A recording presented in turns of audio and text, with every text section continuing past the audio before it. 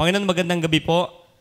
Muli po, Ama, nagpapasalamat kami sa inyo sa biyaya na kami pong inyong mga anak sa bayang ito ay nagkasama-sama. Salamat po sa maghapon na kami inyo pong iningatan sa aming kanya-kanyang ginawa. Mula po sa mga nagtrabaho, sa mga naiwan sa tahanan. Salamat po, O Diyos, sa iyong biyaya sa amin. At ngayon pong oras ito, kami po ay muling lumalapit. Nagpapalinis kami sa lahat po ng karumihan na iyong nasumpuan sa aming isip, damdamin, kalooban, mga bagay na di tama. Bilang iyong anak, kami po iyong pong patatawarin, Panginoon. At salamat po sa napakayaman mong pagpapatawad po sa amin. At ngayon pong hapon, kami po iyong samahan sa pag-aaral ng iyong salita. Patuloy kaming turuan po na maging malapit po kami sa iyong salita, O Diyos, sa buhay na pinagkakatiwala mo po sa amin. At muli po, kami iyong samahan, Banal na Espiritu. Kayo po ang tunay na tagapagturo ng iyong salita. Ang inyong lingkod ay iyo pong kasangkapanin. Lahat ng ang aking mga ang aking isip ay iyong hawakan, ang aking damdamin, upang maituro lang po yung iyong naisabihin, Panginoon, sa iyong mga anak. Purihin ka ngayong hapong ito sa ngalan ng Panginoong Jesus. Amen. Pwede na po tayong magsiupo. Merong isang bagay na magkakatulad tayong ginawa bago siguro tayo nagpunta rito sa simbahan. Ano ang inyong ginawa bago kayo pumasok sa loob ng simbahan? Hindi ho kayo nagsawsaw ng inyong daliri sa sausawan. Ito yung tiyak. At bago kayo pumasok sa building, ay kayong lahat ay nanalamin. Tama? Habang naglalakbay din, kita ko iba yung nasulyap sa bubog ng ating simbahan. Pagdating doon sa may pinto, ay haharap uli. Pagpasok doon sa may control room, ay titingnan uli. At pag nakaupo na, ay titingin ulit sa cellphone sa reflection kung okay ang kanyang mukha. So, yan po ay natural sa tao, ang manalamin. Kasi yan ho ating pag-uusapan po ngayong gabing ito. One of the most sought-after things in every house is the mirror. Sa bahay naman po, ang isa sa lagi ring hinahanap ay ang salamin. Tama? Bihira yata ang bahay na walang salamin. Meron bang bahay na walang salamin? Parang lahat ng bahay ay may salamin. May salamin sa banyo, may salamin sa lababo, may salamin sa kwarto, may salamin sa kisame. Talagang lahat ay nilagyan na ng salamin. May jeep nga pong ang bubong ay ang kisame ay salamin din. At isa sa famous na salitain sa Disney, mga cartoon ay mirror, mirror on the wall. Who's the fairest of them all? Ay, nakapanood kasi ako ng Huntsman ng isang araw. At yan yung pinapanood. Nakita ko yung salamin ay kinakausap. Salamin, salamin. So bilang tao po, very important ang tayo po ay nananalamin. At yan po ay, ang ating pag-usapan po ngayong gabing ito is about dito sa looking into the perfect law of liberty. Sabi po ng salita ng Diyos sa verse 25, but whoso looketh into the perfect law of liberty. Binanggit po yung look it diyan or look. In King James ay kaya may look it. Mga sinauna. Sa verse 23, for if any be a hearer of the word and not a doer, he is like unto a man beholding his natural face in a glass. So yung pong word na look at diyan, ang ibig sabihin po niyan ay to bend beside, lean over, peer within, look into. Yung pagsabing look, balikan natin ng konti yung verse 25. Ang nagsisiyasat, yung pong word na nagsisiyasat diyan ay look, tumitingin. Ito yung hindi casual na pagtingin, kundi attentive pong pagtingin na ginagawa.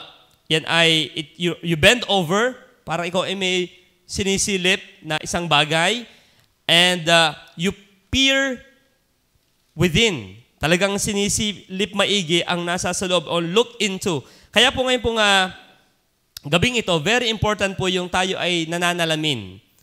Physically at spiritually tayo po ay nananalamin. At ito po yung pinakasalamin ng ating buhay. Ito pong salita ng ating Diyos. Okay?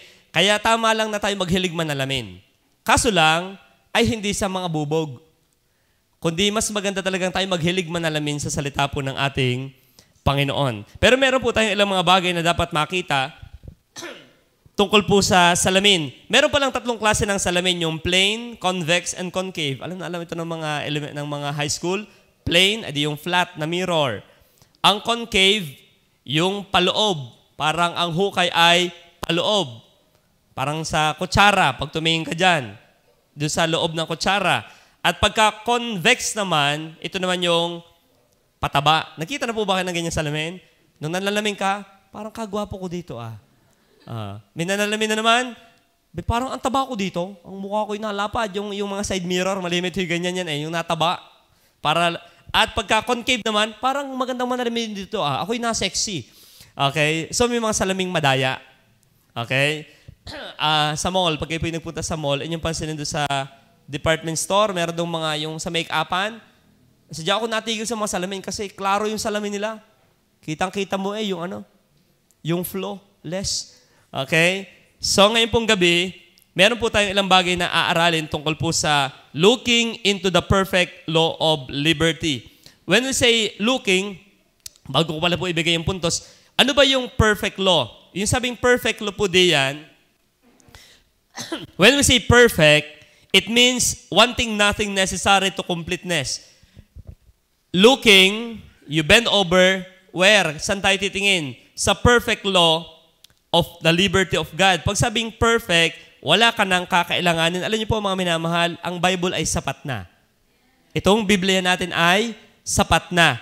Kasi po, meron ngayong kulang pa ang Biblia. Hindi mo nga patapos basahin, ay nakukulangan ka pa. Nabubuhay po ulit kasi mga Gnostic Gospel. Meron po ngayong cartoon na baka napapanoodan yung mga apo o anak. Si Satanas po ang pinakikitang inapi sa langit. At siya po'y nakabase sa isang Gnostic Gospel na ang asawa daw ni Adan ay si Lilith at hindi si Eva. So pag hindi mo alam ang Biblia at para nakukulangan ka pa sa Bible mo, delikado tayo. Pero sabi ng Biblia, looking at the perfect law. Ibig sabihin na ang Bible ay perfect na po yan. Kaya pag kayo natetempt na pare at ang maganda magbasa ng mga Gospel of yung wala sa canon of the Bible, huwag nyo na nang basahin. Hindi mo mga tapos yung Genesis at Exodus, ay babanata mo pa ang Gospel of Thomas at saka yung mga Gospel ng Gnostics. So, the Bible already is perfect because it gives freedom. Looking at the perfect law of liberty. Yung word na law po diyan pala, it talks about the principles of the Bible. Perfect na po yan. All the Bible word and principles are complete. Tama po ba yon? So, yung iba nating nakukot minsan, napapanood, walang problema yan kung ang prinsipyong binabanggit ay nasa Biblia. Pero yung pag may nagpaliwanag na parang mas magaling pa sa Biblia at wala naman sa Biblia, huwag nyo na yung papakinggan. Kasi ang Biblia po sabi, the perfect law of liberty. When we say liberty, freedom. Ang pagbabasa ng Bible ay nagbibigay ng kalayaan. Amen? Di po ba sabi? The truth will set you free. So talagang kaya importanteng tumingin lagi sa Biblia kasi ang nagbabasa ng Biblia ang tunay na malayang tao. Imagine nyo po ang Pilipinas, for 400 years, tayo alipin ng Kastila. Ba't tayo naalipin?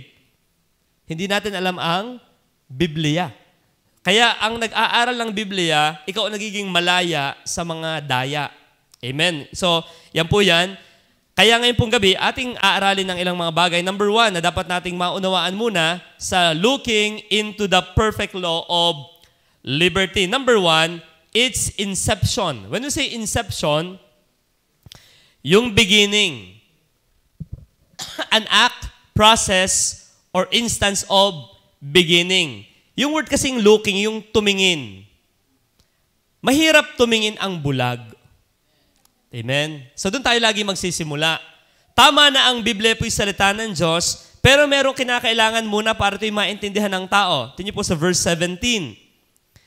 Ang bawat mabuting kaloob at ang bawat sakdal na kaloob ay pawang buhat sa itaas, na bumababa mula sa ama ng mga ilaw, na walang pagbabago ni kahit anino man ang pag-iiba. Verse 18.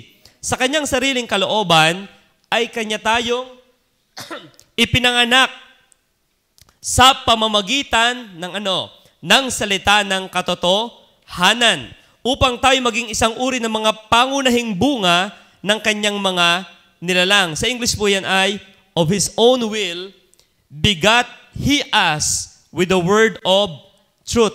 Yung word na inception, kailan ba magsisimula ang taong tumingin talaga sa salita ng Diyos? Nang may pag-uunawa, alam niyo po, magsisimula ang lahat pagka naligtas na talaga. Kaya yung word na looking in the Bible, pagmasdan ang Biblia, manalamin sa Biblia, hindi naman yan pinapakinggan ng hindi ligtas. Para ka nagbibigay ng perlas sa baboy, sisirain lang yan. Walang kwenta sa hindi ligtas ang salita ng Diyos. Pwede nilang gamitin, nakita pagka may Bible. So gagamitin nila para pagkakitaan. Hindi para ipakilala ang Panginoon. Kaya po ang inception, pag sabing inception yung beginning, kaya very important yung kaligtasan. Amen? Sa verse, tingnan po sa verse 21, nakalagay po diyan sa salita ng ating Panginoon, kaya't ihiwalay ninyo ang lahat ng karumihan at ang pag-apaw ng kasamaan at tanggapin ninyo na may kaamuan ang salitang itinanim na makapagliligtas ng inyong mga kaluluwa. Engrafted word. Engrafted word ang nakalagay po diyan. So, ibig sabihin po nito, the beginning of looking into the perfect law of liberty, miski ito'y mapakinggan ng isang tao at hindi pa siya ligtas. Nonsense yan. Pero pagka ikaw iligtas na, it made sense. Kayo po ba nakita na ng bulag, yung totally blind? Nakita na po kayo? Yan po ba may pakinabang ang salamin sa kanya? Ay sa SM, meron doon yung bilihan ng mga sapatos, yung salamin, gano'n yata katangkad eh. Kita niyo ba yun, yung sa salamin? Kaya pag naruro kami sa SM, patingin-tingin eh. Nung hitsura ko na din eh. You see? Pero iharap mo doon ang bulag, wala siyang makikita. Kaya yung pong looking in the perfect law of liberty, sino ba talagang makikinabang dyan? Saan ba nagsisimula yan? Pagkaligtas ka na. At tayo po hindi nananawang balik-balikan lagi ang kaligtasan. Sapagkat posibleng may makalusot sa simbahan nating hindi ligtas. Is it possible? Posible. Sa 12 alagad ngayon may isang Judas. Ibig sabihin, sa kada 12, may isa. Naku, delikado pala habang nataas ang ratio. Okay, so ibig sabihin, kung may 24 na miyembro, may 2 hindi tunay. Habang nataas ang bilang, may nakakalusot na hindi tunay. Kaya lagi nating binabalikan, ba't kayo ito'y tinuturo ng Bible? Ayaw pa rin magbasa. Bagay ito'y ini-encourage ay ayaw pa rin, ay mahirap po talagang i-disciple ang kambing. Kaya ang halagang ikaw talaga'y tupa ng Panginoon. Alam mo talaga na ang engrafted word ay nasa iyo ng buhay. Yan po ba'y tunay na sa atin? Kasi pagka napatanim, yan ay sisibol pagka buhay ang iyong, pagka ang lupa ay pinabuti na ng Panginoon. Kasi ito niyo po, kung bakit kailangan ng inception from the word, from God Himself. 2 Corinthians 4:4. Ito ang problema kasi Ito yung issue ng tao today. Ang sabi, na binulag ng Diyos ng sanglibutang ito ang mga pag-iisip. Yang palang mata, hindi lang yan ang binubulag, pati ang isip. Binulag, small d, ng Diyos ng sanglibutang ito ang pag-iisip ng mga hindi nagsisampalataya upang sa kanila huwag sumilang ang kaliwanagan ng Ebanghelyo at ng kaluwalhatian ni Kristo na siyang larawan ng Diyos. Kaya po biyaya talaga yung nagbabasa ka ng Bible na iyong naiintindihan. Ako ay nagbabasa-basa kanina ng libro about sa Trinity kasi yun ay tatalakayin, banda-banda rin yung Doctrine of Trinity. Nakakatuwa ang patotoo ni Jonathan Edwards. Sabi niya, isa lang katotohanan about God ay nagpapainit na ng aking puso. Naintindihan niyo yun? Meron lang siya naaalala. Halimbawa, naalala niya na ang Panginoon ay mabuti. Ay minsan ako ikinasasagubat, ako iyak ng iyak at nagpapasalamat sa kabutihan ng Diyos. Ibig sabihin, pag anak ka talaga ng Diyos, yung Word of God, pag nasa sa iyong puso, sabihan ni Pastor Rusty, ang Bible naman ay tamay, ari nga ang Bible, ari lagi mong bit-bit. Lagi niyo ba itong bit-bit? Lalo kung ang Bible niyo ganari kalaki, bit-bit niyo lagi. Mahirap yan. Pero yung nabasa mong salita ng Diyos, na lagi mong binubulay, ba't mo binubulay yon? Kasi ligtas ka na eh. Tingnan mo yung magwiwiting, ang laging isip, ano kayang tatama? Ano kayang tatama? Yung mekaniko na, ang taga-Rusi, sabi kayo, ano lagi mong iniisip? Sabi ko, Brother Harry, tutulog na ako, paano ka kukumpinihin yung makinang yon? Kasi yun ang kanyang hilig. Oh, ang basketballista, paano kaya makakapang-steal ng magaling-galing? Yun ang kanya laging nilalaro sa isip kasi yun ang kanilang hilig. Pag anak ka ng Diyos, lagi mong nilalaro sa isip mo yung salita niya. Why? Meron ng inception meron ng beginning. May nakabaon na dyan ang Panginoon sa iyong buhay. Kaya po yun number 1, it's inception. You can look into the perfect law of liberty pagka ikaw ay may perception na. Dapat pala perception na ginamit natin, pananaw. Anyway, so, pagkakita. At maliwanag po yan, sinong able na magpakita ng mata ng tao? John 1:13, paano ba ang tao ay pinapanganak? Ito naman ay aral natin mula sa salita ng Diyos na ipinanganak na hindi sa dugo, ni sa kalooban ng laman, ni sa kalooban ng tao, kundi ng Diyos. Kaya kayo po yung magpasalamat, tayo po yung magpasalamat na every time na nagbabasa tayo ng Bible, tayo ay nakakaintindi. Kahit hindi tayo graduate ng Bible school, ako'y naniniwala na pag anak ka ng Diyos, kakausapin ka ng Diyos. Huwag kayo pong mahilig sa mga Bible student. Siguro yung mga yan lang makakaintindi. Huwag kayong maniwala sa ganun. Kasi ako'y teacher ng mga yan. So hindi lahat. Tama ba? Hindi lahat. Pero sabi nga ni Spurgeon, si may patotoo, meron daw siyang janitor na mas magaling pang magbulay kaysa sa kanya. Si Spurgeon. Sabi niya, meron dito sa simbahan natin, mas magaling pang magbulay sa akin. Sino? Yung ating janitor. Kasi haba daw yung nagmamap, ay binubulay ang kabutihan ng Panginoon. What can wash away my sin? Nothing but the blood. Habang nagmamap ay binubulay na ang dugo ni Jesus. Ang kanyang isip, pwede yun. Ikaw ay tatay na ikaw ay nagre-repair. Jesus is the carpenter. Ang galing nga ng Panginoon magsigo-sigo ng buhay. Ikaw ay ina na naglalaba, pwede nagbubulay ka. Talagang ang libag na arihag yan na matanggal. Butit ang kasalanan ko'y naaalis. You see, meron ka na kaisipan. Hindi mo naman hawak ang Biblia mo. Pero habang nagdadrive ka, Kuya Lito, talagang ang kabayaran ng kasalanan ay kamatayan. May patay naman akong pupuntahan Pero ang yung kamatayan ay aking kabuhayan. Pero yung ganon. Ang puntos, yung Word of God naglilinger sa ating isip. Yan po yung mahalaga. Kaya ang halaga talaga na nagbabasa lagi. Kasi walang ipapaalala ang Diyos sa atin kung wala naman tayong binabasa. Kaya po yan ang number 1. It always start in salvation. Kasi kahit anong talakayan natin about sa Bible, pag hindi ka ligtas, hindi ka makikinabang. Pero kahit simple lang na katotohanan, pagka ligtas ka, parang namnam na namnam mo may naiintindihan ka sa salita ng Diyos. So very important po yan. The beginning or the inception is our salvation. Kaya very important po yan. Sa John 3:3, except a man be born again, he cannot see. How can you see? Kung hindi ka pa ipinapanganak na muli. Except a man be born again, he cannot see the kingdom of God. Hindi talaga. So, kaya salamat po, tayo nakakakita na. I was blind, but now I see. Can you see? Amen. Kaya po yung masarap. Miski tayo inaantok minsan nagbabasa ng Bible, baka lang ako yun, pero ako Amen, nakakatuwa talaga, are. Nagang kwento nga din Yan po ay maganda. So yan po, it's inception. So when say looking, you are leaning over. Kung paanong tayo ay nananalamin, ang salamin ay yung makikinabang ka sa salamin pag nakakakita ka na. Okay? At pag nakita mo ang iyong sarili sa salamin, ito naman yung number 2. Natin po makikita sa verse 19. Balik tayo sa James. James chapter 1, verse 19. Nalalaman ninyo,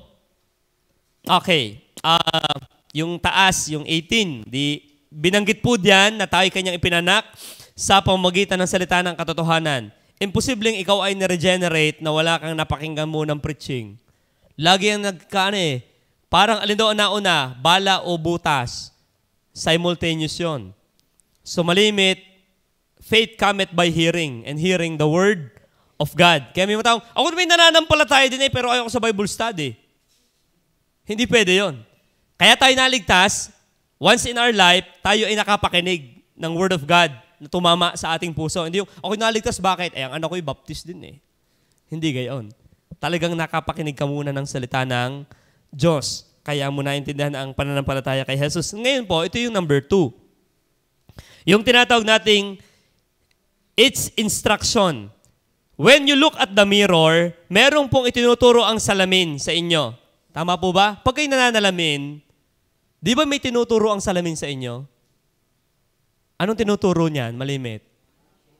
Yung dapat, ayusin. Naku, ang aking balahibo sa ilong pala mapapagbitin na Tarzan. Ang aking palang ngimay makapal na.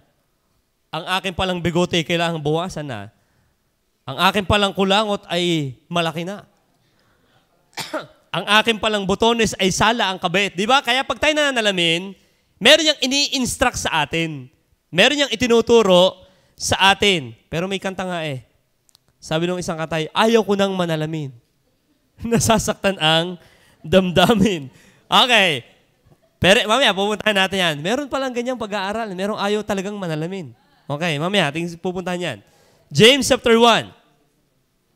Ngayon po, ano ba ang instruction ng salita ng Diyos sa atin? Tayo nanalamin. Ano po yung malimit sinasabi nito? At ito yung aking binabasa, sabi ko, talagang tamang-tama ito sa akin. Verse 19. Nalalaman ninyo ito, minamahal kong mga kapatid. Yung katotohanan ng verse 18. Ito na ang instruction sa atin. Ngunit, magmaliksi ang bawat tao sa pakikinig. Yan yung instruction po sa atin ng Biblia. Be swift to hear. Nananalamin ka, aba, ikita mo yung ang daming kagikagi sa tainga ko pala. Pagka tayo nagbabasa ng Bible, isa po sa ituturo ng salita ng Diyos ay maging maliksi ang bawat tao sa pakikinig. Anong ibig sabihin ng maliksi sa pakikinig? Tingnan po sa 1 Thessalonians chapter 2:13. Ano ba yung maliksing makinig? Anong sabi mo? Ganun ba yung maliksi? 2:13. At dahil naman dito, kami nagpapasalamat na walang patid sa Diyos, na nang inyong tanggapin ang aming salita na ipinangaral, sa makatwid bagay ang salita ng Diyos, ay inyong tinanggap na hindi gaya ng salita ng tao, kundi ayon sa katotohanan na salita ng Diyos na gumagawa naman sa inyo na nagsisisam palataya. So, ito pala po yung isang instruction sa atin. Dapat talaga tayo magaling makinig ng salita ng ating Panginoon. Yan po yung mahalaga. Yan po yung napakahalaga, yung magaling tayong makinig. At nakalagay pa po sa Acts 17:11, tingnan po yung taga-Berea, ito man po yung lagi na nating nabubuklat mga talatang ito, pero hindi naman masamang balikan ang salita ng Panginoon lagi. Ngayon, lalong naging mararangal ang mga ito kaysa mga taga-Tesalonika sapagkat, ito na yan, tinanggap nila ang salita ng buong pagsisikap at sinisiyasat sa araw-araw ang mga kasulatan kung tunay nga ang mga bagay na ito. So, ano ba ang instruction? Una yung inception, the beginning.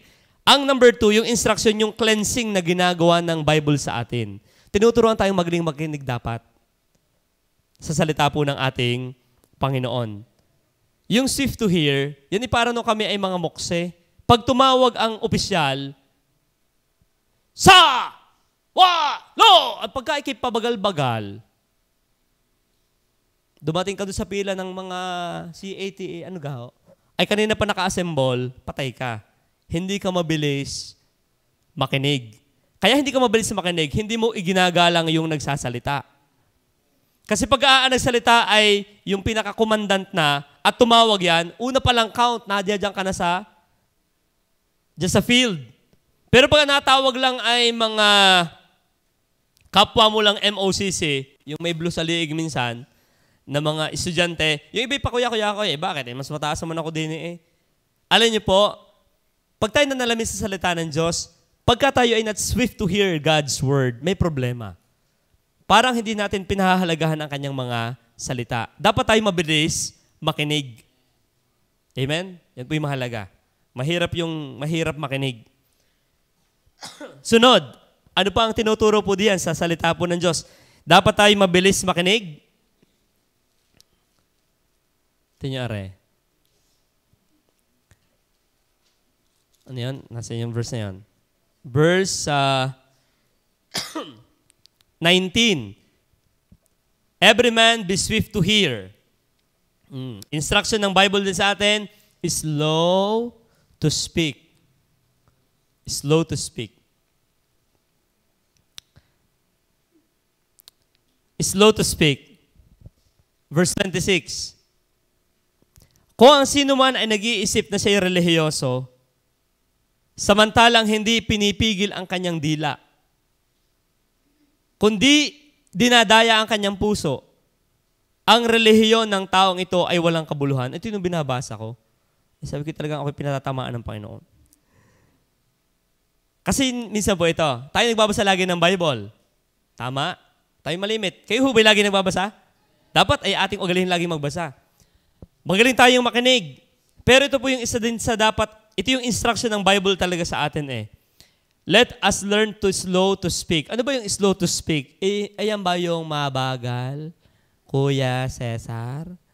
Yan po ba yon? Ang idea, bakit kailangan natin minsang wag mabilis talagang magsalita? Ito yung karanasan ko eh. May pagkakataong dapat pala hindi ko na lang yung nasabi. Naranasan yan? Why the Bible is instructing us na be slow to speak. Kasi may pagkakataon na mayroong regret tayo. Bakit? Ba't ko nasabi yun? Ako'y naimot ako. At ako'y nakapagsalita ng hindi tama o masakit na salita. Pag ako'y tahimik na, ako'y may regret, ba't ko nasabi pa yun? Kaya ang halaga talaga na laging nananalamin. Baka masyado nang matabil ang ating mga bibig. Lalong higit sa taong malalapit sa atin. Sa taong hindi iba sa atin. Sa taong laging kasama natin. So it's high time na lagi tayong manalamin, Lord, kumusta ga ang aking dilang are? Pag may singaw, sinisilip mo, laki na eh. Gako ko na eh. Lagi natin sinecheck ang ating bibig sa salamin. Ito lang aking ngipin, kailangan palagyan na ng brace. At sungki-sungki na, ang aking nguso ay nakausngal na, ang aking dila ay mahaba na. We check physically. Pero sa totoo, yung words natin din talaga, dapat i-check din natin. We need to slow to speak. Lalo sa mga pagpapasya. Tingnan niyo po. Sabi diyan sa kaugnay niya yung slow to speak, James chapter 3 verse 2. Sapagkat sa maraming bagay, tayong lahat ay nangatitisod. Kung ang sino man ay hindi natitisod sa salita, ay isang taong sakdal ang gayon. May kaya namang makapigil ng buong katawan. Kaya talagang pag tayo na nalamin sa salita ng Diyos, ang layo ko pa sa maturidad. Kasi ang matured pala, kayang mag-control ng kanyang sasalitain. Nakakapag-control ng sasalitain. Kaya dumadaan talaga yung immaturity. Kaya ang halaga laging, we are looking at the law of liberty. Para makalaya tayo sa pagiging alipin ng masyadong mabilis magsalita. Sagot kita! Di mamaya, teka, kulang ang pera pala eh. Tumaya ka. Hindi yung tumaya sa wedding, yung itinaya mo yung pangalan para sa iba. Be slow to speak. Ibibigay ko to sa Panginoon. May kinikwento mo, teka, parang napabigla yata ako doon. Ay sabi sa Biblia, sa Ecclesiastes, huwag kang magpapasya at sasabihin mong, ito'y banal or sanctified and then bigla mong babuhin, teka, parang ang laki nung 70% na giving. Yan, imik ka ng imik eh. Mag-alalay ka. Slow to speak. Think before you decide. At yan po yung tinuturo ng Bible sa atin. Yan, kaya ibibigay ko po ang lahat ng aking kita sa Panginoon. Ay, nung dumating na, yan, imik ka pa ng imik. Hindi ganon, alalay. Slow to speak. Iniisip ko muna ang aking sasabihin. Proverbs chapter 10, verse 19. Kaya pag talagang nananalamin tayo sa Bible, ang daming pinapakitang, ngaling-aling hindi na rin ang talatang aking aralin eh. Kasi ako'y naemot nung isang araw eh. Sabi ko, pa naman ang talata. Parang sabi ko, ibahin ko kaya ang parang gusto kong ibahin yung chapter. Amen. So, anyway, Proverbs 10, 19. Bakit we need to slow to speak? Sa karamihan ng mga salita ay hindi nagkukulang ng pagsalangsang. Ngunit siya nagpipigil ng kanyang mga labi ay gumagawang may kapantasan. In the multitude of words, there wanteth not sin, but he that refraineth his lips is wise. Lalo sa ating mga may asawa na, may mga tagpo ng pag-uusap na kailangang tumahimik. Yan, pagka kami ni Joyce, hindi man kami nag-aaway pa ng World War. Pero minsan ay may mga, alam mo na, yung mga hindi pagkakain, ako na, tatahimik na lang. Dapat tumahimik muna. Wag, ako pa na may patola. So we need to slow to speak. Nakalagay po sa Bible yan eh. Kaya pag nanalamin ka talaga sa Bible, ang daming ituturo ng Diyos sa atin. So, yan po, slow to speak, swift to hear, slow to speak. Si CJ, slow to speak. Tama. Sa Idris ka. Okay? Basahin pa po natin yung ibang verse, 13:3 ng Proverbs. Siyang nag-iingat ng kanyang bibig, nag-iingat ng kanyang buhay. Ngunit siya nagbubukang maluwang na kanyang mga labi ay magkakaroon ng kapahamakan. Okay? Yan po'y naririyan sa salita ng Diyos. 15:2 ng Proverbs. Ang dila ng pantas ay nagbabadya ng tuos na kaalaman, ngunit ang bibig ng mga mangmang ay nagbubugso ng kamangmangan. 17:27 ng Kawikaan. Siyang nagtitipid ng kanyang mga salita ay may kaalaman, at siyang may diwang malamig ay taong nag-uunawa. Baka galing. Kaya ako'y hanga doon sa mga untemperament, kalma talaga eh. Yung ako'y galit na siya, hindi pa. Dapat ganitohin na natin yan. Pero yung na-offend, hayaan mo na yun. Yan pala yung magaling, yung ganyan. Siyang nagtitipid ng kanyang mga salita ay may kaalaman. At siyang may diwang malamig. Sana yung pero delikado mag-pray ng ganyan eh. At siyang may diwang malamig ay taong nag-uunawa. Kaya mapalad po kayo kung kayo ganyan. Ibig sabihin, pag kayo nanalamin sa Bible, kinakausap talaga tayo ng Panginoon. He is instructing us sa aspeto pong yan. Slow, be swift to hear, listen. Yan yung pagmamahal ay nakikinig. Ikalawa ay refrain. Yung i-refrain ang ating sarili na magsalita ng bagay na pwede nating pagsisihan. At ako'y maraming ganyan. Pero ito, nakakatuwa ang Biblia, tayo tinuturuan ng mga ganito. Ang sumasagot bago makinig ay kamangmangan at kahihiyan sa kanya. 18:13 ng Proverbs. Kaya pag minarinig kayong kwento, ganun ba gaan ako? Yung reactive, yan pala dapat ay pag may dumating na istorya, both side ay papakinggan muna. Hindi yung ikaw ay sumasagot bago makinig. Ganun ba? Napakasama pala niyang si ano. Hindi mo pa napapakinggan si ano. Na inano ni ano sa ano. So, kamangmangan pala yon. At biglang lalabas na ano pala si ano. Tama si ano sa inano niya. Yun, ano tuloy? Nagka-problema tayo. Nagkaanuhan. 21:18. Kamatayan at buhay ay nasa pangyarihan ng dila. At ang nagsisiibig sa kanya ay magsisikain ng kanyang bunga. Kaya ang Bible po, when we look into the perfect law of liberty, sabi ni James, it will cleanse our life. Bakit? Pag tayo nanalamin, yung talaga nagbabasa tayo ng Bible, minsan may mga portion ng Bible na ayaw ko talagang basahin, nakakasakit ang Panginoon. Pero, kailangan mo siyang basahin. Lalo yung mga, itong topic na ganito, yung wag magiging magagalitin, ako pa naman eh. Ayun pa ang sunod. Tingnan. Isa pa sa sinabi ng Biblia dyan. Kaya nakakatuwa talaga ang Bible eh. Sinet up ako ng Panginoon nung isang araw. Okay, James chapter 1. Ano pa ang sabi ng Bible sa atin? Ito'y sabi ng salita ng Diyos sa inyo at sa akin. Na tayo po, sabi sa verse 19, wherefore, my beloved brethren, let every man be swift to hear, slow to speak. Ito pa, ang mahirap din gawin. Pero tayo nananalamin sa Biblia, slow to wrath. Sa Tagalog, magmakupad sa pagkagalit.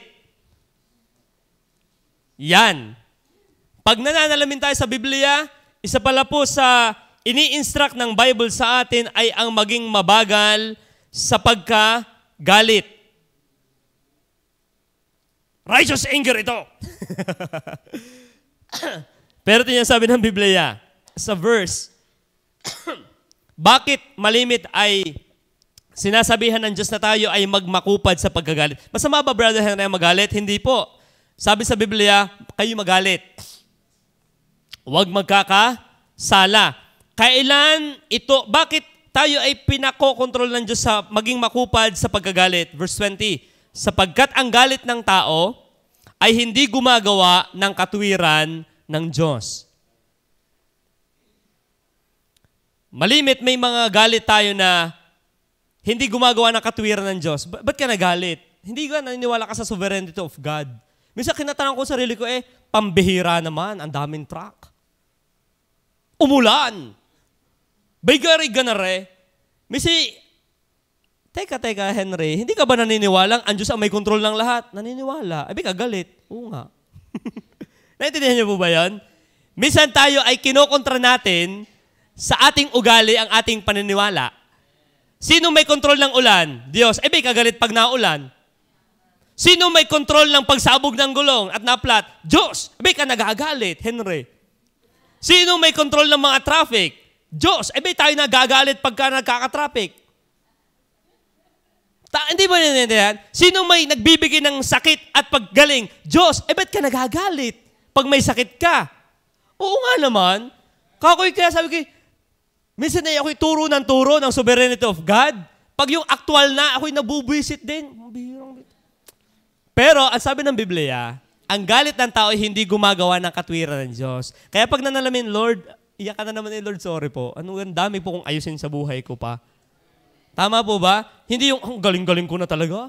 Talagang ako'y napaka-spiritual, hindi tulad ng mga katabi ko. Hindi ganun nakikita natin as we read, as we look into the Word of God, lalo mo nakikita yung blemish.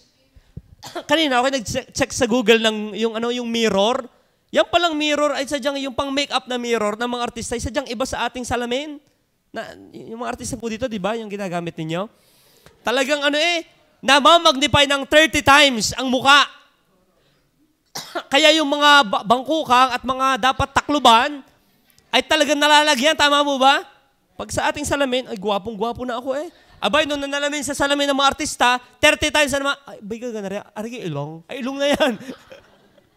Abay, kita ang alam niyo po yun, ganun. Pag tayo nagbabasa ng Biblia, di ang feeling may spiritual ka na. Pero pag nagbasa ka, oo nga anong layo ko pa? Ako'y nagalit na naman kanina Ako'y napabilis na naman ang nasabi kanina, hingi ka ulit ng tawad sa Panginoon. Kaya talaga yung pagsisisi, tama yung kay Pastor, repentance is lifestyle. Pwedeng hindi ka nagsisisi, ikaw ay nangangalunya. Pwedeng hindi mo na pagsisiyang ikaw inapatay kasi Kristiyano ka na, pero nagagalit pa tayo. Napapabilis tayo ng ating mga salita, desisyon, so marami pa rin talaga tayong pagsisisihan. At yan ang purpose ng Biblia, looking unto the perfect law of liberty. Para ini-instruct kayong maglinis ka. Hindi yung ang dami mo nakausap, oy, kumusta kayo, kumare? Abay, may kulangot ka pa sa pisngi. Hindi mo alam. Bakit hindi ka muna nanalamin? Alala ko po yan, ako nagtuturo sa pulis. Kaya pala magandang titig sa akin Yung palang aking butones ay tabingi. Ay talaga attentive na attentive. O kaya lalo yung pagbukas ng zipper. Nangyayari ba yan? Bakit? Hindi ko muna nalamin basta lumarga na. Ang masama nito, nasa kapitbahay ka na, may ano ka pa doon sa yung panligo. May tuwalya ka pa sa ulo. Nasa sa meeting ka na ng PTA. Ayos yung headdress mo Ayos ba? Kaya ang halaga po ng nananalamin, slow to anger. At ito pa, ang sabi ng Biblia diyan. Kinukuha ko lang po yung nasa James 1 kasi yun ang context natin Slow to anger. Sapagkat ang galit ng tao ay hindi gumagawa ng katwiran ng Diyos. Kaya isa po yan sa maganda. Isa pang talata sa aklat ng Colossians 3:8. Ating silipin din po yung Colossians chapter 3 verse 8. Datapat ngayon ay inyong layuan ang lahat ng mga ito, galit, kapuotan, paghihinala, panunungayaw, mga salitang kahalay-halay na mula sa inyong bibig. Ang binanggit na una dyan ay, but now ye also put off. Tinalakay ito ni Rowell sa YP, put off, put on, put away. So put off all this. Ang top 1 ay anger. Kasi lagyan mo lang ng letter D sa una ang anger, yan ay danger. Kaya lalo sa mga may katuwang na sa buhay, yung anger ay talagang ipag-pray natin sa Panginoon. Kasi minsan ay pagka nagalit ka, mamay, ko na sabi yun. Naintindihan mo ba yun? Mahalaga yan. Sa magkakapatid, ganun din. Nagkakasagutan na magkakapatid because of anger. Teka muna, kumalma muna. Kasi pagka ang nanguna yan, ay minsan ang hirap i-restore ulit ang relationship. Kaya ang payo ng Biblia sa atin ay be slow, be swift to hear, be slow to speak, and slow to wrath. Kaya ako talaga hanga doon sa mga phlegmatic. Magagalit naga ako. Magalit ka na, hindi ka pa magalit. Nakakamangha yung ganun mga nilalang. Okay. Pero yung instruction po yun ng Bible sa atin. Amen? Kaya when we look at the Bible, salamin po yan, ang dami talagang aayusin pa sa atin. At nakakatuwa, mahal tayo ng Panginoon. Kaya nga tayo kanyang inaayos. Kaya naman tayo nananalamin para ayusin tayo. Hindi yung nanalamin. Mali ang salamin niya, nasa martilyo, babasagin ko ang salamin. Hindi ganon. Lalong papangit ka pag binasag mo ang salamin kasi wiri-wiring tingnan ang iyong sarili. Try niyong manalamin sa basag na salamin. Ang dami ng iyong mata. Ako yata, ano na? Ba't ang mata ko'y madami na? Naging hydra na ako, ang dami kong ulo.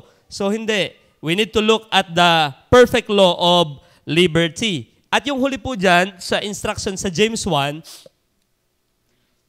verse 21.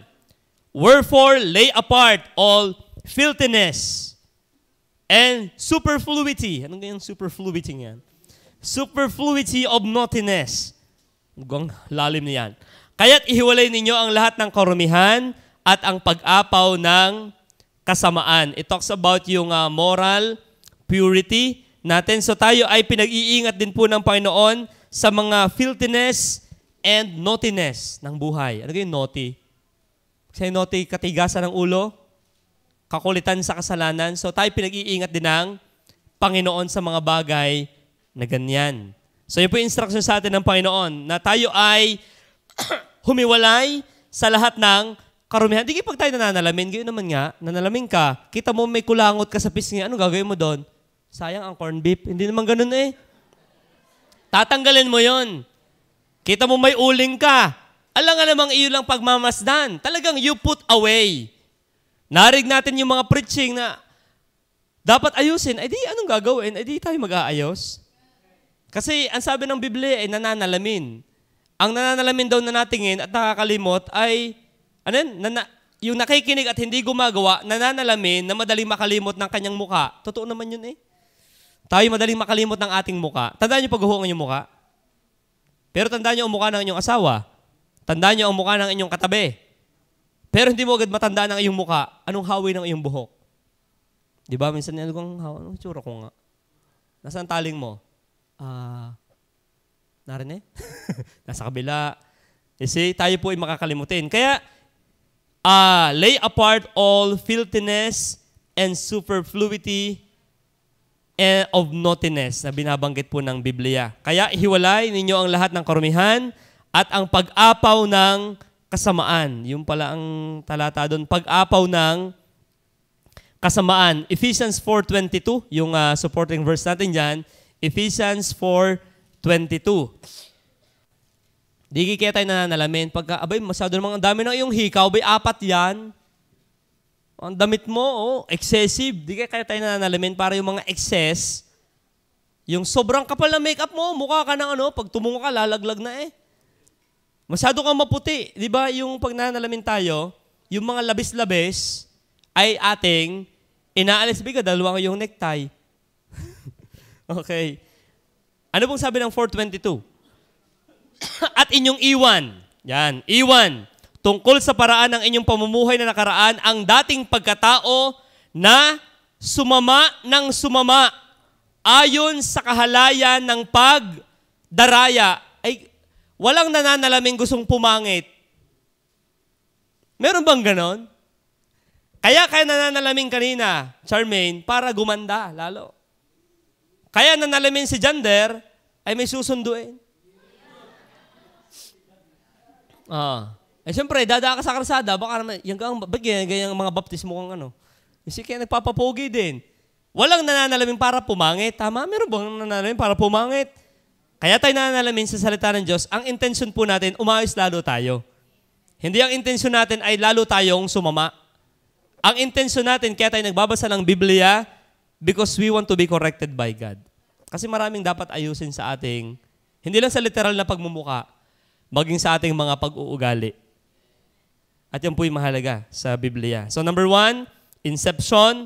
Number 2, instruction ng Biblia. Sa James 1, diyan lang, ako po yung nag-focus lang sa James 1 ng mga, pagka ating inisa-isa ang instruction ng Diyos ay napakadami. Number 3, it's continuation. Sabi po diyan sa verse na yan, 25. But whoso looketh into the perfect law of liberty, and continueth therein, he being not a forgetful hearer, but a doer of the work, this man shall be blessed in his deed. Ano po yung number 3? Yung tiyata na, it's continuation. Meron pong survey na ganare, 29% daw po ng tao ay nananalamin 1 to 2 times a day. 29% ng mga tao, 1 hanggang 2 beses naharap sa salamin. Yung literal na salamin, hindi yung sa mga bubog ng kotse, yung sa literal. 1 to 2 times. 33% ng tao ay 3 to 4 times nananalamin. 33%, kung ikaw ay 3 hanggang 4 na beses nananalamin maghapon, kasama ka sa 33%. Pero merong 7% na population na 10 or more times na nananalamin. Meron daw 7% ng populasyon sa mundo na 10 beses mahigit.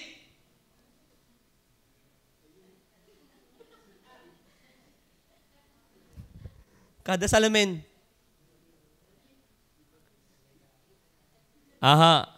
Pero natuklasan ko yung ganito. Merong na-research kami sa Google na meron palang taong ayaw ding manalamin. Lalo yung mahilig sa social media. May mga taong yung masyado daw babad sa social media, ayaw nang manalamin. Bakit? Nasasaktan ang damdamin nila. Hindi, totoo yan. Dahil nood ka ng mga babaeng sexy sa TikTok, mga magagandang babae sa Instagram, pag nanalamin ka, wag na nga lang, hindi ko man kamukha yung nakita ko kaninang sexy. Minsan may maganyan. Ito po ang maganda sa atin. Ang bilin ng Diyos sa atin, magpatuloy kang manalamin. Ipagpatuloy mo ang pagtingin. Kasi yung ibigay na rin, hindi ko man magawa, ayaw ko na. Hindi ko rin lang magawa ang sinasabi ng pastor, ng mga preacher, ay wag na lang. Sala yun. Ang sabi sa Biblia, ang nagsisiyasat ng sakdal na kautusan, ang kautusan ng kalayaan, ito yung maganda, ito yung keyword at nananatiling gayon. Pagka yung tingin ng tingin sa salaming literal, medyo may pagka-narcissist yun. Masyadong hangang-hanga sa kanyang muka. Pero merong tamang pananalaming dapat limit-limitan. Alin po yun yung pagtingin sa salita ng Diyos? Yan o, nakalagay sa Biblia. Nananatiling gayon. Nananatiling gayon. Ibig sabihin, ang word natin ay yung continuation. Pag sabing continuation, continuity, uninterrupted connection or succession. Mahalaga yan. Yun sa prayer and fasting po, nabanggit ni Pastor Ocampo, yung term na continuity, pagpapatuloy. Nanalamin na tayo ng salita ng Diyos noong 2023, dapat ngayong taong ito, lali tayo natingin pa rin sa salita ng ating Diyos. Yan po yung napakahalaga. Yung continuation, yung pagpapatuloy. Sabi rito, limitan ang pananalamin dahil tayo ay makakalimutin. Totoo naman nga eh. Bakit ba mahalagang laging manalamin?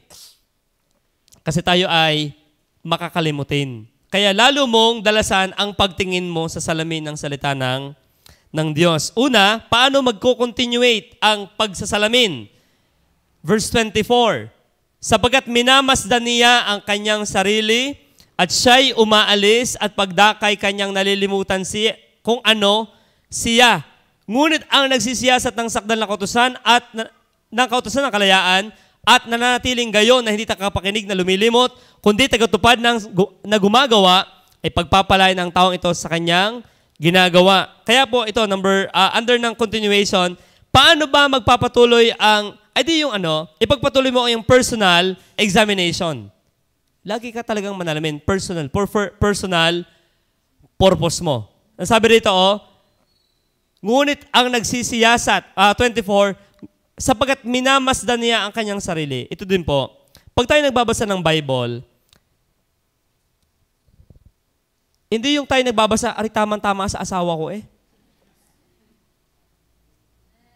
Ari tamang-tama doon sa miyembro na yun eh. Ari tamang-tama doon sa worker na yun eh. Ari tamang-tama sa aming kapitbahay eh. Huwag mong baguhin ang mohon. Tamang-tama sa kanya. Bayaran mo yung utang. Tamang-tama ito eh. Siba. Pag tayo nagbabasa ng Biblia, it should be para ito'y tuloy-tuloy. Kaya ka nga nananalamin, di ba para sa iba? Sino ito nananalamin para sa iba? Nanalamin ka. Kaya ako nananalamin para makita ko ang iba. Ay ano ka, maninilip. Nagamit ka ng salamin para makita mo yung iba. Kaya ka nananalamin para sa iyo. Kaya ka nagbabasa ng Bible, ang una mong gustong ayusin ay iyong sarili. Hindi yung bagay na babaguhin kong asawa ko. Tama ring verse sa kanya. Babaguhin mo asawa mo. Hindi mo yung kaya. Diyos ang may kaya noon. Huwag mong pakalaman yung hindi mo pinapagawa ng Diyos sa atin. Ang ating pakalman yung kaya natin gawin. O yung hindi kaya natin, huwag nating papakalman. Kaya talagang itong Bible nito, tama-tama to sa kanya. Hindi. Baka ikaw muna. Ay galit na galit ka na naman eh. Ikaw ikaw ang kinakausap. Naku, binilugan. I-session pa sa kanya. Well, it can be done, pero ang totoo po, it should be personal. Nakalagay sa talata, minamasdan niya ang kanyang sarili. So sabi nga ng Biblia, bago daw natin tanggalin ang puwing ng iba, haligi, biga sa mata natin, atin munang ipaalis sa Diyos. Kasi maraming pagkakataon tayo ganyan. Ako'y ganyan. Pag ako'y tumahimik na, nagagawa ko gayon. Hindi naman eh. Kaya po, ang halaga na tayo ay personal examination. Lord, talk to me today. Open my eyes. Di ba sabi ni David, Lord, hindi sabing open their eyes. Ang sabi ni David sa Psalms, Lord, open mine eyes that I may see ayun sabi, buksan mo ang aking mata upang aking makita ang mga dakilang bagay sa iyong salita. Hindi yung buksan mo po ang mata nila. Parang nag-pray yung iglesia ni Kristo, Ama!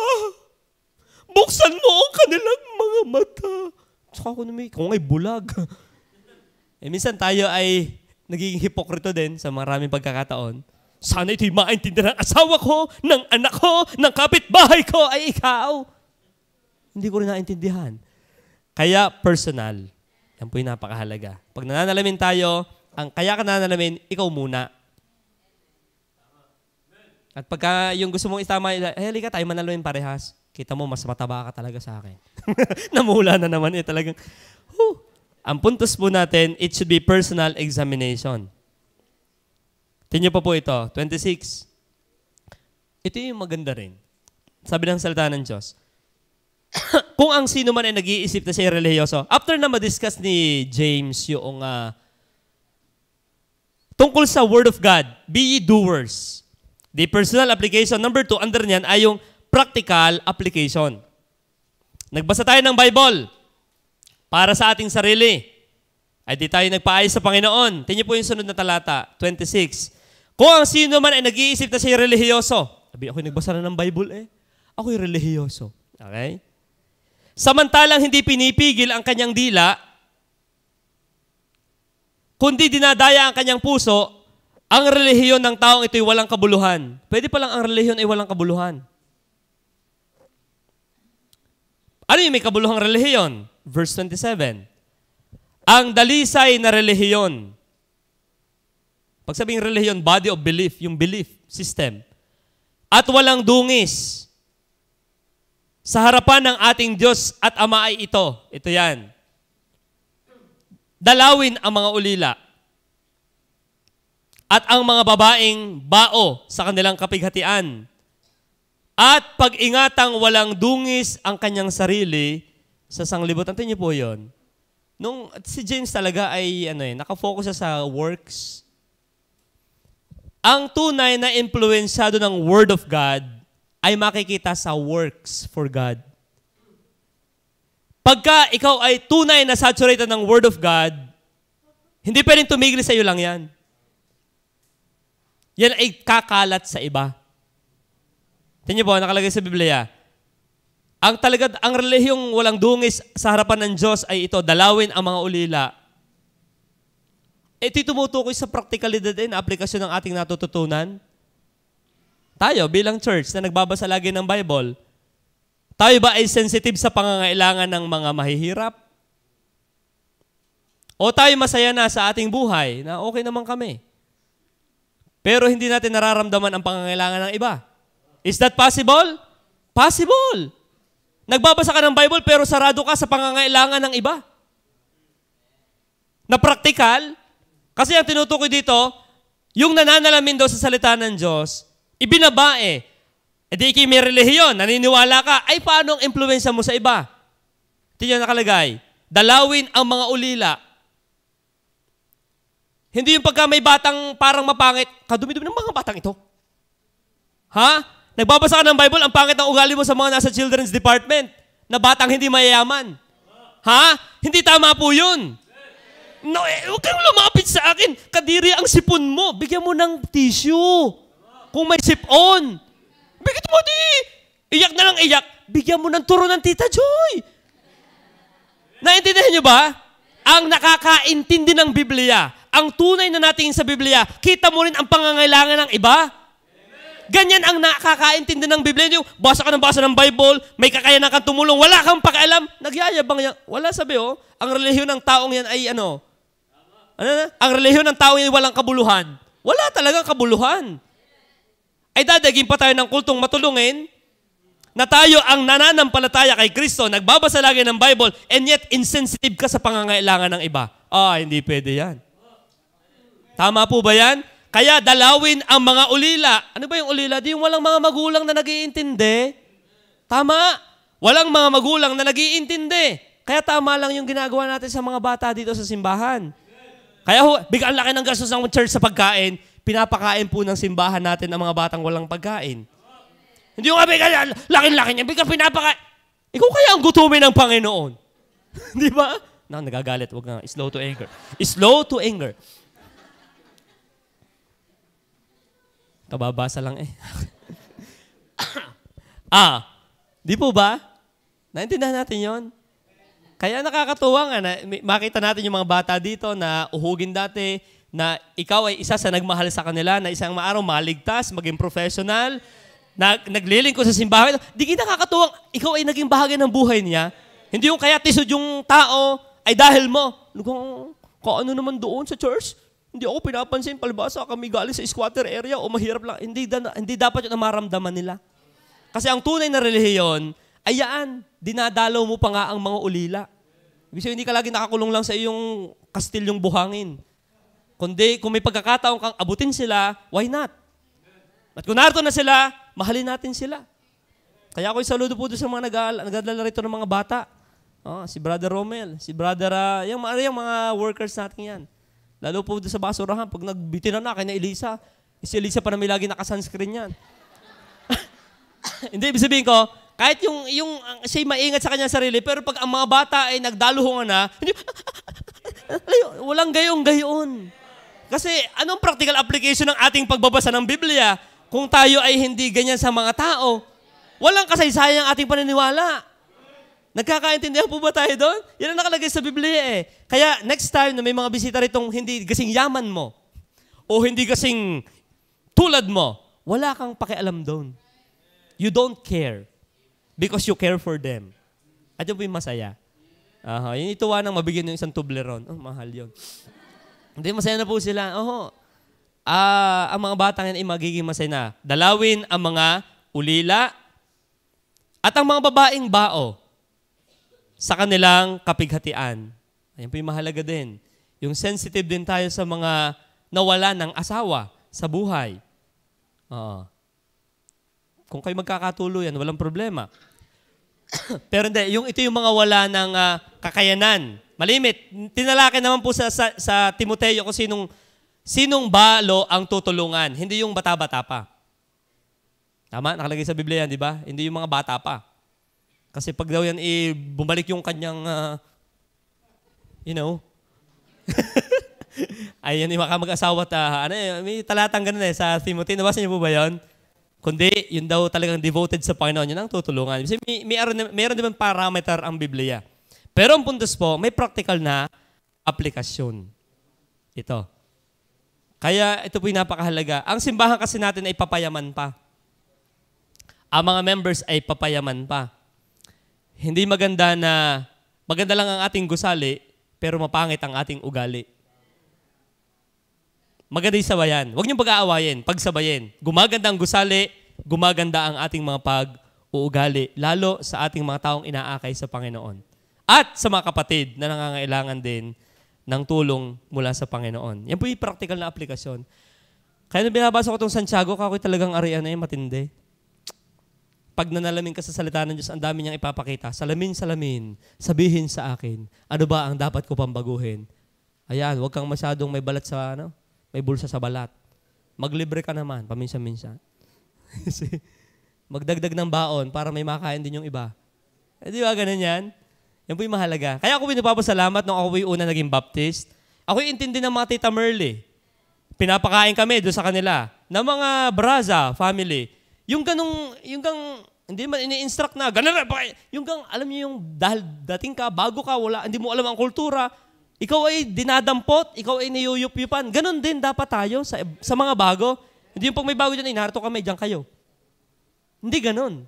Masarap ang ulam namin, magtiis kayo dyan. Hindi ganon. Okay? Yan po yung mahalaga. Nakakatuwa ang Biblia eh. Personal examination and lastly, it's commendation. Ito yung huli na po. Verse 25.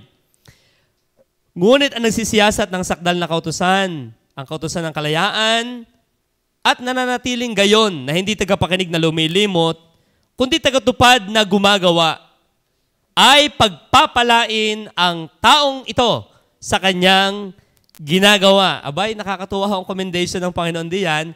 Pagpapalain ang taong ito sa kanyang ginagawa. Ay pangako ho yan ng Diyos eh. Na pag tayo pala ay nakapakinig, hindi naman natin kayang saklawin lahat. Pero yung inilalagay ng Diyos sa puso mo na dapat mong gawin. At iyong ginawa. Ang sabi ng Panginoon, pagpapalain ng taong ito sa kanyang ginagawa. Hindi mo naman kayang pakainin lahat ng dukha. Sabi nga, we cannot help everybody, but we can help somebody. Hindi natin kayang tulungan ang lahat, pero meron kang kayang tulungan isa. Tama po ba? So, ganoon din. At pagka ginawa natin yan, ang sabi, pagpapalain ng taong ito sa kanyang ginagawa. At yun po yung nakakatuwa na ating gawin. Kaya huli pong talata, Revelation 1 verse 3. Lalakdawan ko ng ibang mga verses. At ito naman po ito yung pangako ng Panginoon. Mapalad ang bumabasa at nakikinig ng salita ng hula at tumutupad ng mga bagay na nasusulat doon sapagkat ang panahoy malapit na, mapalad, blessed. So kaya po ngayon pong gabing ito, sana ay tayo laging manalamin sa salita po ng ating Panginoon. At pag tayo nanalamin, ang Word of God ay honest na salamin, hindi yan concave, hindi yan convex, it will convict you. It will convince you na meron dapat ayusin. Anong dapat natin gawin? Huwag basagin ang salamin. Kundi, sundin ang sinasabi ng salita ng Panginoon. Bakit ko susundin? Mapalad pala. Ang sabi, sa ikabubuti natin ang pagsunod sa kanyang mga salita. Kayong pong gabing ito, ang ating pinag-aralan ay looking into the perfect law of liberty. Patuloy tayong manalamin sa salita ng Panginoon. Tayo po'y manalangin. Panginoon, salamat po sa iyong salita. Tunay na nakakatuwa po na tumingin sa iyong salita. Pero may mga pagkakataon, Panginoon, na